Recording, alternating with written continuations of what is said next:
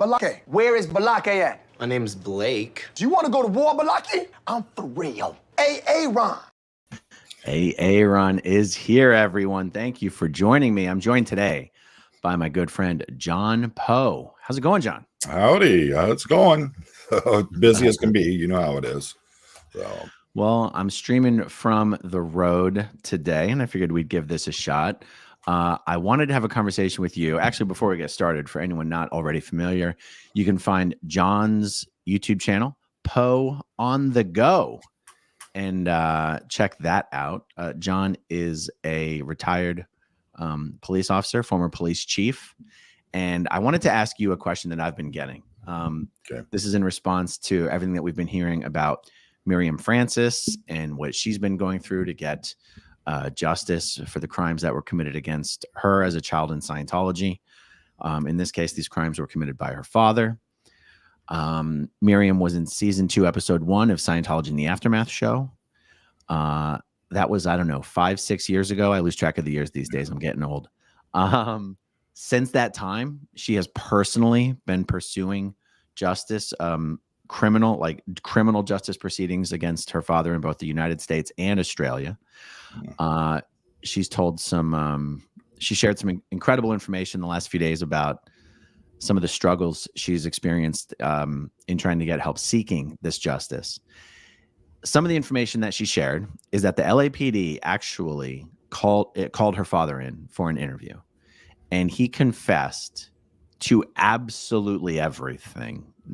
Not only everything she remembered and was accusing him of, but a lot of shit she just didn't even know because she was a baby, a toddler, a three-year-old at the time. The question that has come up is, and she said that the entire investigation by the LAPD, including his interview and his confession, has been turned over to the prosecutor, awaiting prosecutor's decision whether to prosecute. And I got questions of, was he arrested? And, I'm not an expert in this, but, some of the answers I gave was, usually the arrest comes first. The decision to prosecute comes later. And if the LAPD has passed this information on to the prosecutors awaiting a decision to prosecute, why wasn't he arrested and booked and then released? Why is he just walking around in the world as someone who's committed to these horrible crimes? What's the explanation here? Well, one of the best ways I can describe this is there is an incident that happened. I had maybe 2 or 3 years on the job, and a man came into the department. He said he wanted to admit to having committed a crime. We went into the interview room. He and I sat down, and he told me this horrendous story of years of abuse that he had put his daughter through. And it was the same kind. It was SA abuse. Now, I was, only 2 or 3 years on the job. I had never run into anything like that. So I immediately went to my lieutenant, explained everything to him. He came in, sat down, spoke with the man, went over everything. We called the detectives in. And the problem that we had was the abuse had happened approximately 15 years before he came in to admit it. And there's a time gap in there. Now, it doesn't meet statutes of limitations, because on certain cases there is no statute of limitations, especially on SA, homicide, those kinds of things. But you have this long time gap that has gone in between it. And so what we did was, and under the advice of the prosecutor's office, was we kept him at the department. We kept him detained for further investigation. The prosecutor came down. We sat down with them, went over all the evidence of everything for it. Now, he had been not only read his Miranda rights, but he had been given the form where he read his Miranda rights out, acknowledged it, and signed it that he knew his Miranda rights. So we made sure we covered our bases on everything. That is what I would see would be one of the reasons why this would be held up as it is, and why they're awaiting the prosecutor's final decision on it. Fortunately, in the case that we had, the prosecutor came down, looked over everything, and immediately went to the judge, got the warrant. We placed the man under arrest. Thankfully, he's serving 35 years. He's not going to live to see daylight outside of the prison. But that's what happens in cases like this. When you have such a time gap in it, if it's something you say within 24, 48 hours, that's you can make the arrest because it's new enough and you can go through with it. Now, if you're saying something is 15, 20, even further than that, there's a lot that goes into it, and it starts getting into violating the suspect's actual rights as to arrest and detainment and those kinds of things. So you have to be very careful with that. And that's why you always CYA, cover your booty, and make sure that you follow through and you get everything done the proper way. If you don't do that, you have a real chance of losing the entire case. So I can understand, number one, LAPD's wanting to go through the prosecutor, making sure they're getting everything proper before they make the arrest. And it may very well be under California law that they may not be allowed to actually make that arrest at that point. They may have to go through the prosecutor, have the prosecutor approve it, and then go for a warrant for the arrest at that point. Interesting. Now, sometimes I like to hear something more than one time in more than one way in order to truly understand all the aspects to it. Because now that I hear some things, I'm realizing there's other questions that it brings up. So right. Obviously anyone who's watched the TVs and the movies know what it means to have a warrant for someone's arrest and to be able to tell the police, kick rocks, come back when you have a warrant. Right. And yet when you look at like what happened a couple weekends ago in Hollywood, where, they arrested me, they didn't have to go get a warrant for my arrest. So even though you might have already sort of answered this question, what is the difference between being able to arrest somebody on the spot without a warrant, and then a few years later, you have to get a warrant, even if the guy comes in and says, I confess, take me right now. You can't, because you have to get a warrant. Well, it's with California, they have that private person arrest thing that we don't have here in Michigan, where if you sign it out and you say this person did that, and it's within, because we're talking what, it was 15, 20 minutes since the incident to the time where the police were involved with it. And that's when the whole thing about the PPAs and all that came into play with it. There's a couple of factors that are in that, because in most cases, unless it's visually observed by the officer, unless it's a high felony, you can't just arrest on the scene for things. But when it comes down to what they did here in Michigan, was anything under 93 days that you could serve in jail for a crime, you couldn't arrest unless you actually observed it. So what they did here in Michigan is they moved almost every misdemeanor act to a 93-day misdemeanor or more, so that you could make the arrest. Say in situations of domestic violence, you arrive on scene, you didn't see the actual incident itself take place, but you see the marks and you have the statements of the victim. And in Michigan, all we need is one party was injured by the other, or they were placed in fear of their own safety because of the actions or statements of that other person. And we could arrest on that, because domestic violence in its base root is a 93-day or more misdemeanor. So that's how a lot of those work. Now, even when we're talking about high felonies, when you're talking about a large time gap, and I'm talking, we're talking more than a decade in between when these things happened and when it was brought to light to the police department, you want to make sure, because number one, the evidence is not going to be there anymore. You're going to have to go based solely on statements and witness observations of things that happened. So you have to make sure that you cover everything on it, especially in a case like this. This is going to be a major SA kind of case. And so you got to make sure you line all your dominoes up and you make sure they go down in the right timing, make sure every box is checked, every T is crossed, every I is dotted, because all it takes, and we know, I've talked about it a lot of times in a lot of my lives, and speaking with Zach Morgan, attorneys, it's their job. They have to find ways to get their client free of charges or any kind of case that they're in. So they're going to go through and they're going to look at every single minute aspect of what's going on in that case. So hope that helped for a lot of the question about time and all that.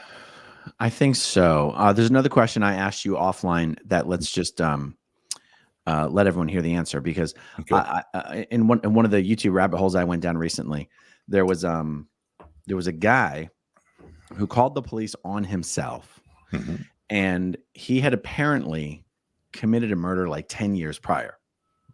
And he was just tired of running and hiding and lying. Right. And he basically he called the police. The police showed up and he just confessed to them. And they did arrest him right there.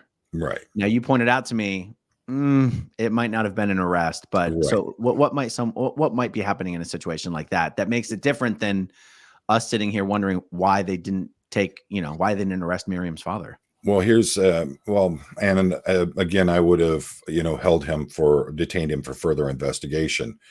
The thing is you have someone who's admitting to one of the highest crimes that we have, and that is taking the life of another person. Even though there may be a time lapse in it, you're going to take that person into custody, detain them to make the investigation on it. And the reason for that is if you leave that person out there, are they a danger that they might commit this again? This person's already admitting that they've done it one time. That would leave the person in a situation where they are a credible threat to the rest of society, and someone else could fall victim to them. Even though the person's remorseful and they say they're tired of it, they want to face up to the facts of what they've done. That's also like a cornered animal. There's no telling what can happen, the volatility of that level. In the case of Miriam's father, I believe it's 24 hours most of the time you have to hold someone in custody. Now, why the prosecutor's office hasn't come back with a yes or no on this, I can't tell you. I know that LA is one of the biggest offices for a prosecuting attorney in the United States, but the fact is that you got it on something like this. You can't just kick sand on it. You have to act on it. You have to make some choices and decisions. And I think that there's a lot of things are involved with this. Number one is the type of crime that it is. And then we have the fact that Scientology is involved one way or another. So I can guarantee you that they are scratching their heads and looking up every legal asset that they have, because, look at what happened in the Danny Masterson case. I mean, the first one got overturned and they had to go back and retry the whole thing. So they want to make sure that they're getting everything set up and ready to go. And, the fact that he's willing to come in and admit to what he's done, that should make it that much easier. Yeah. Guys, for anyone watching live right now, do us a favor and hit that like button if you don't mind, on either my channel or John's channel. One of the reasons that Miriam was trying to get Mike Rinder's help in getting an affidavit that the production company of Scientology and the Aftermath, the production company behind the Scientology and the Aftermath TV show, when they were doing Miriam's episode, or doing all the preparation to air it, I guess they always have to reach out to the people involved for comment. And Miriam's mother actually sent an affidavit to the production company that was an admission of guilt on behalf of Miriam's father. And that's one of the reasons, because Miriam's mother was basically denying having known anything about what happened at the time, and then said, and when she found out, she divorced the father and whatever. And so and Miriam's mother is still a Sea Org member. Mm-hmm. So this was Scientology having an active Sea Org member putting an admission of guilt into writing and sending it to the TV show. In cases like this, it is not unusual that the mother doesn't know. In the case where I was talking about the man who came to us and I was the officer who made first contact on it, when his wife, the mother of the girl, when she came to the station and we sat her down and we explained everything to her, she had to be taken to the hospital. She had no idea. It actually, she had a breakdown and had to be taken and be given treatment for it. So it is not unusual that these things happen.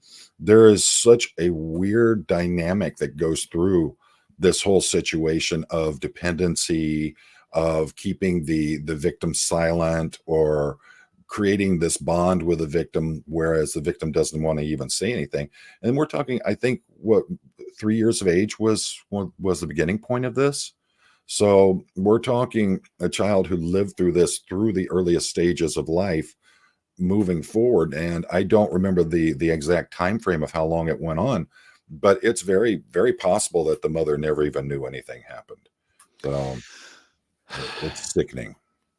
So I'm going to explain why that's not going to be entirely true.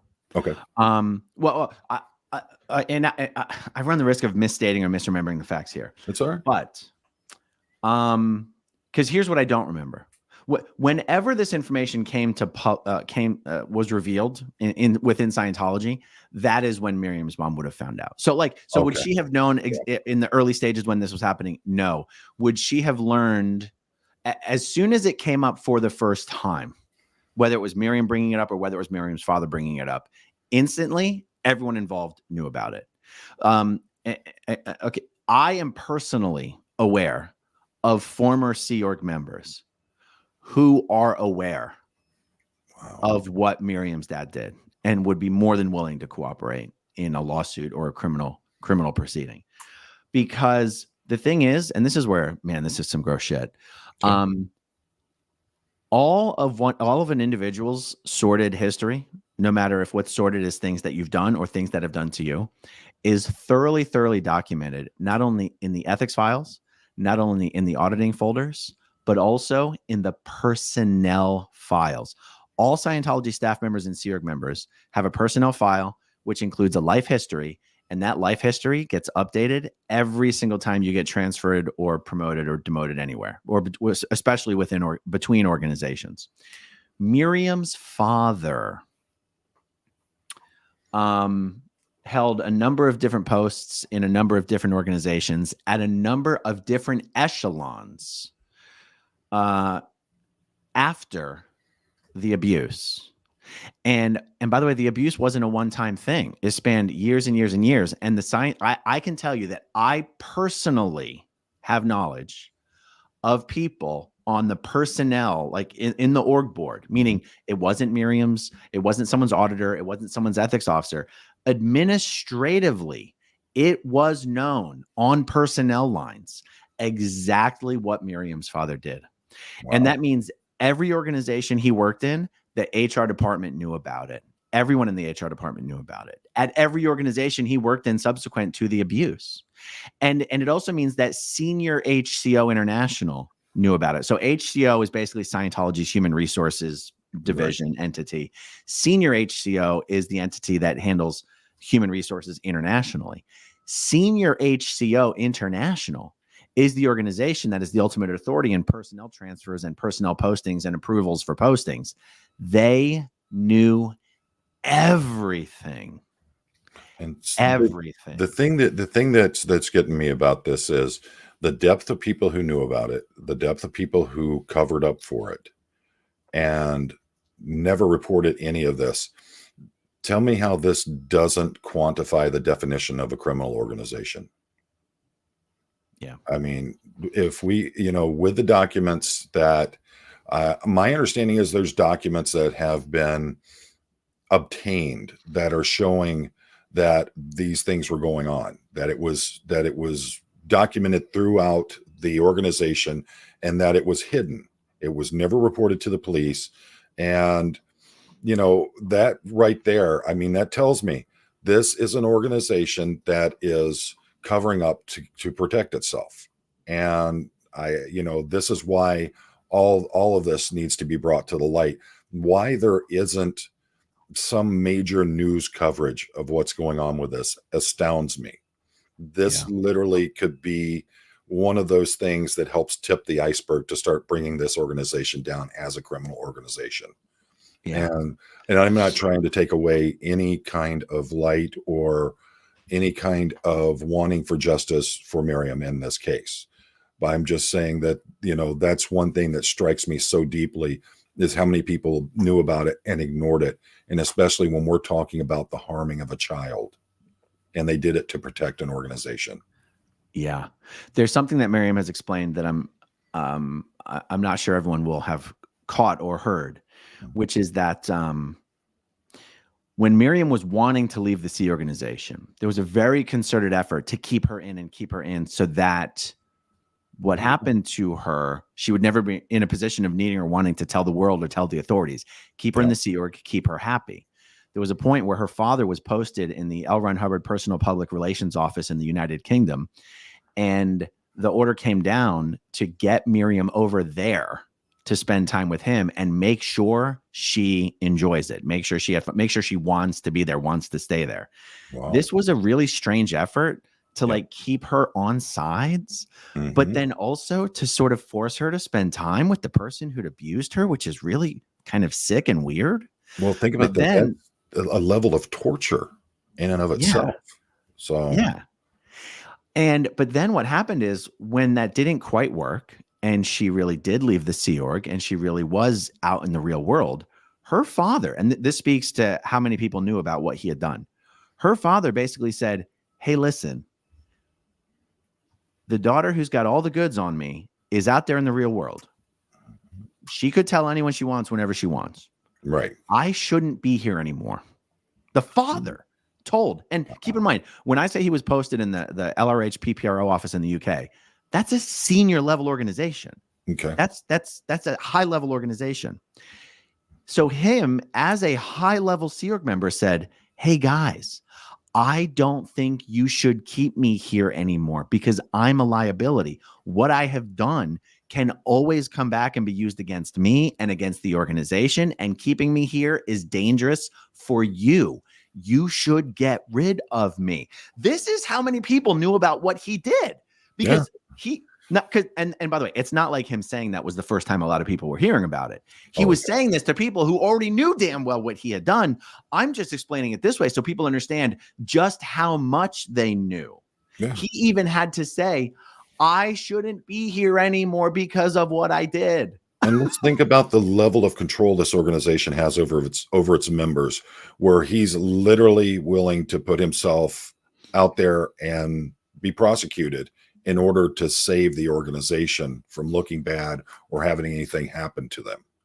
And that level of control, you talk about brainwashing, my goodness, and the fact that, Miriam's had to suffer through all that as a child for however many years that it went on. Then they tried to force her to regain this relationship with this person. And then when she finally leaves, she suffers the disconnection. She suffers all the things that happen to people who leave Scientology. And if you look at the statements that they've made and the things that they put out there, they're pretty much attacking her over what happened to her and that they covered it up. This poor woman, when I saw her on, I believe it was on Rabbit's channel, and I had seen her when she was on the Leah Remini show. But the thing is, I hadn't remembered most of it. And the level of anger that was coming out, I was trying to understand it. And then the more I looked into it, and I'm like, why isn't she screaming her lungs out? What they did to her. And now she's being forced to publicly put this out there as the only way she can hopefully get some kind of justice for herself. This is horrible. She needs so much. She needs help. She needs, people that, she's going to need counseling probably for the rest of her life. She's going to need so much just to help her keep a semblance of normality in her life. And, I think that we need to really build, get around her, circle the wagons, and be as protective of her as possible.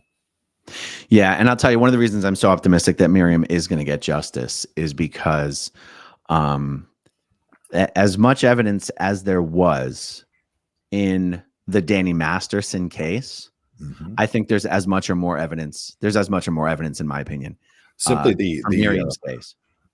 Simply him coming in and confessing what he's done gives more credence to it than anything in the Masterson case. Because, as it is, Masterson has not and probably never will admit to what he's done.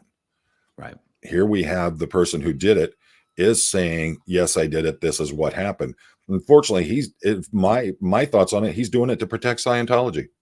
So, yeah, it's crazy. He's throwing himself under the bus to protect the organization. I don't even know what to think about that. And talking about the prosecutor, the time they're taking, all that, and like I was saying about with the fact that Scientology is involved with it. Even though things are changing in the world and people are not as fearful of Scientology, the litigation, and all of the things that they do to anyone who goes after them, there's still that mindset of this is an organization that literally broke the IRS to make it give them tax exemption. It's true. So it's understandable. People are going to be worried. And that's why, you need someone who is in a lot of prosecutors' office take in retired police officers. And the reason they do that is because they're no longer bound to that fear of, oh my gosh, if someone comes at me and even if they say that I did something wrong, they're not worrying about losing their job with the police department or losing their pension. So that's why you need people who are not part of the system, have an unbiased approach into it, and just go into it with clean eyes. And hopefully that's what they're doing here. Amazing. Okay, let's take a look at some of these comments and super chats. Certainly. Vintage Mama of 3. Do we know what Mike Rinder actually gave to the FBI? I feel anything that self-incriminated was not given to them.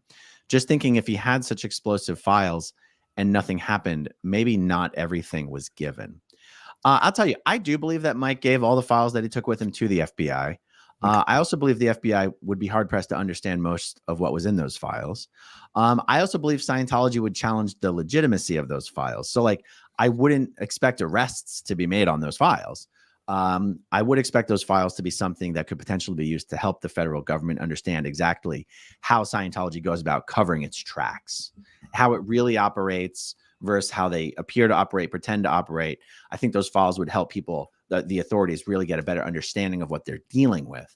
I don't equate those files with arrests or prosecutions personally. That's my take on it. But I do not question whether Mike gave those files to the FBI. I just question why he never gave them to anybody else except Mark Headley until this year. Like, you could do an awful lot with those files. And I think he should be doing an awful lot with those files. Okay. Wendy S says, how can we support Miriam? Aaron, always be careful. You stand up for so many. Your integrity is so refreshing. Thank you. I don't know the best way to support Miriam. Meaning it's not like she has a channel, so I can't send you over to her channel. But you know what? Miriam and Christy Gordon and Victoria Locke do have actually a channel they do together called Children of Scientology. And it's a podcast. I'm going to guess that maybe they're going to be doing a lot more of it. I just don't know, but they have done a lot. So go check out the YouTube channel, Children of Scientology. And I think it's like, I think the name of their podcast might be The Lighthouse Project, but I think the name of the YouTube channel is Children of Scientology, if I'm not mistaken. So for now, that's what I would encourage you to do. And if there's a better answer in the future, I'll definitely spread the word on the better answer. Also, I know that when she was on Rabbit's channel and they were asking about this, and she made the statement that she wasn't doing it for the purpose of trying to get financial help. That she had gone to the foundation for the fact of she wants to get some PTSD counseling and get some kind of counseling to help her through what's going on, but she wasn't specifically looking for that. But I think that one of the big things is Facebook page, anything like that. Show her your support. Tell her you're there, you believe her, and that you understand what has happened, and that you're just there to be supportive of her. I think that would be a really big thing. That's a good answer. Terry Berry, I can't wait until you get IRS approval for your nonprofit. I've been saving all my contributions for that moment. I can't wait either, Terry Berry. And also, once the IRS sends the determination letter granting the nonprofit status, it's an extra step to then submit that paperwork to Google, to YouTube, and get YouTube to approve your charity for online YouTube fundraisers. That's what I'm really excited about. But yes, it cannot come fast enough. I've said it a million times. Once you get it up and running, I'm supporting it. So thank you. Troublemaker 429. You also cannot arrest someone just based on their confession. You have to have other evidence, like a victim statement, etc. Yep, fair statement, right? Here's the problem with that, and where that's not exactly true, is the fact of when we're talking about long time lapses, you don't have the possibility of a lot of evidence coming forward. And what do you do in the case where it's a homicide case, where you don't have a victim that's there to give a statement? So that's why you go to your prosecutor. They're actual attorneys. They've been through the schooling. They know the law, and they're able to back it up, and they're able to go forward with it. There are a lot of cases where people have been arrested, prosecuted, and found guilty solely on their confessions. So, who is it that issues warrants? What happens is the prosecutor's office will put together it happens a couple of ways. The judge is the one who actually signs it and puts it into effect. But either the police department or a prosecutor's office will complete the form, and then whoever is going to be the person that's attesting to that form will go in front of a judge. You'll literally raise your hand. I've stood there at the doorway of a judge's house while he's standing there in his robe, raising my right hand, swearing that everything that's in my warrant request is true. And judge go, okay, sign it, stamp it right there on his door, and hand it to me, and then we go from there. So the judge is going to be the one who signs it and puts it into action. Does the judge have to be wearing his robe in order for it to be official? Oh, no, I'm talking about bathrobe. I'm not talking about judge's robe. I mean, literally wake a judge up 3 or 4 o'clock in the morning. Every jurisdiction has judges that are on call 24 hours a day. I get it. Yeah. Oh my God. Oh, it's crazy. So I imagine him getting out of bed and putting on his judge's robe. That's so funny. Oh, it's hilarious to see a judge come out, their hair is, all Albert Einstein, and be like, "What's up, John? I need to get a warrant signed, Judge." Seeker 0628. No matter how it's seen, all we can hope for is justice here. Absolutely. Kathy Madsen. I'm late to the stream. Miriam is Australian?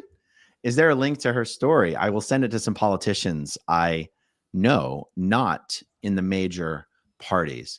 Yep, Miriam's accent is often very hard to detect. It creeps in every now and then, but for the most part, she has a very Americanized way of speaking.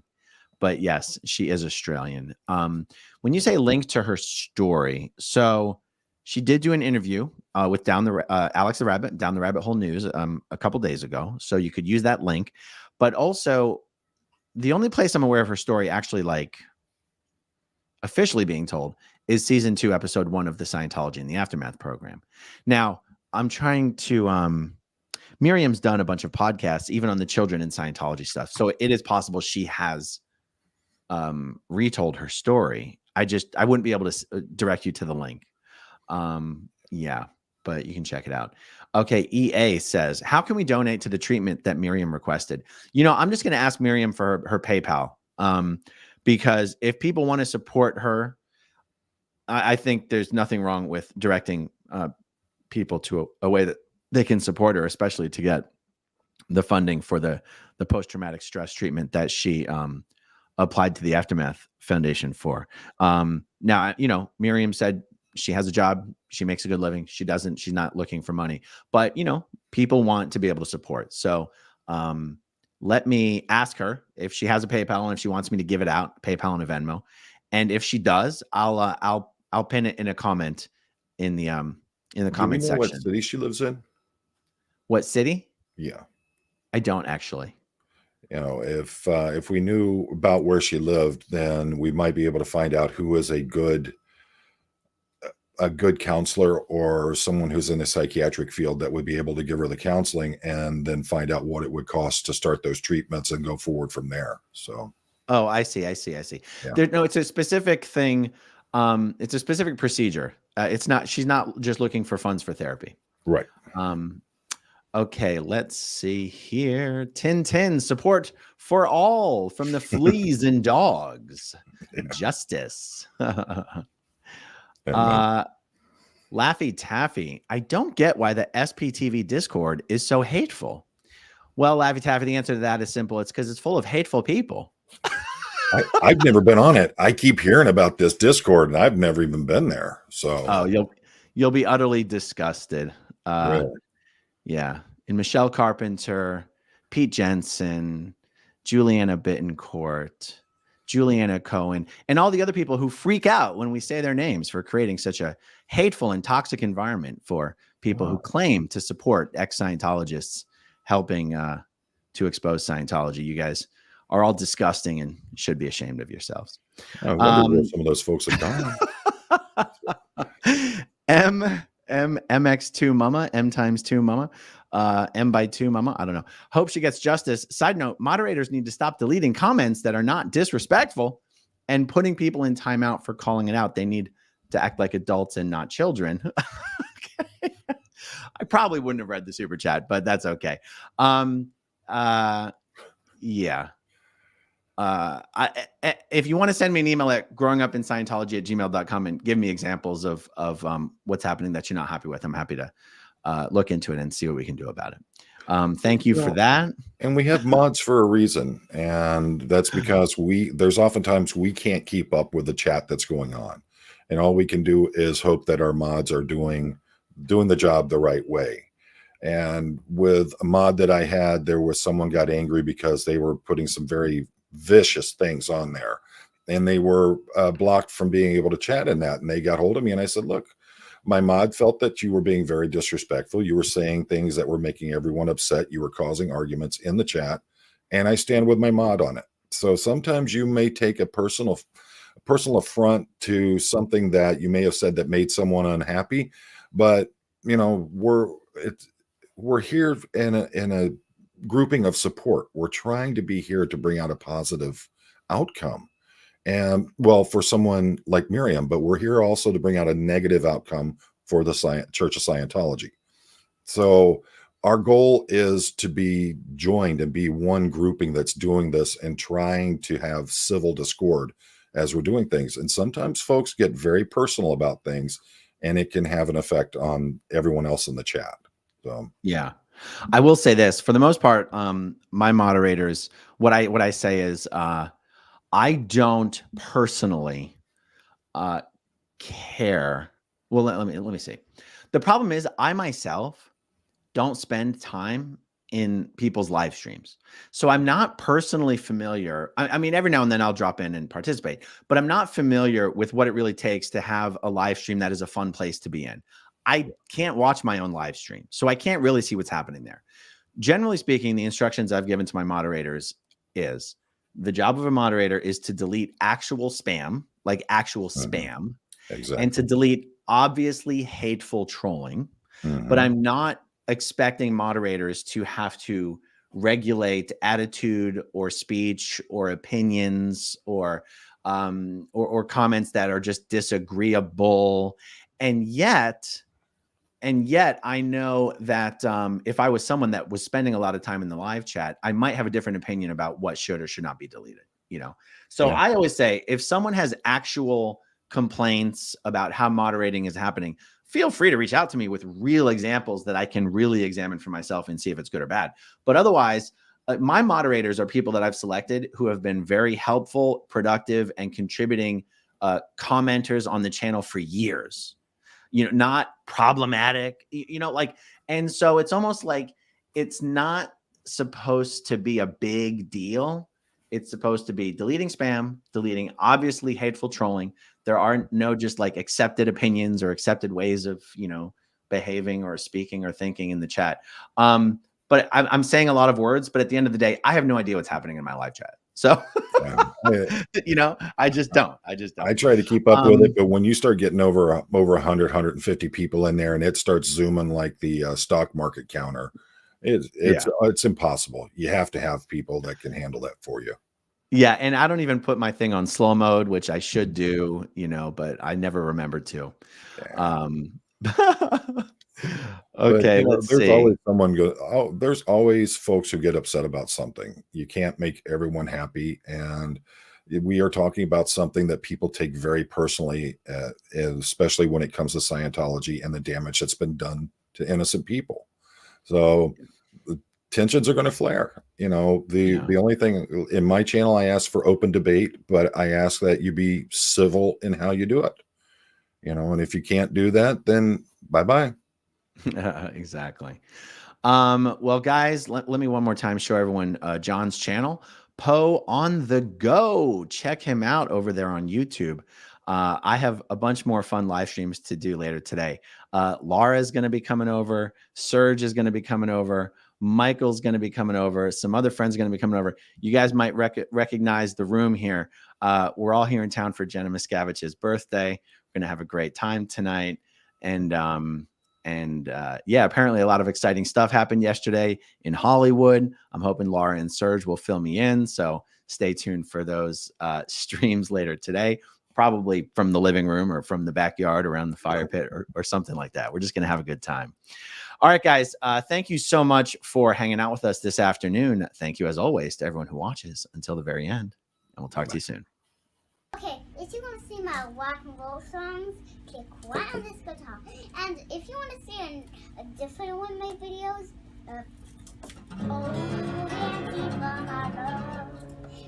then you could click right inside here. If you have subscribed or not, subscribe right here.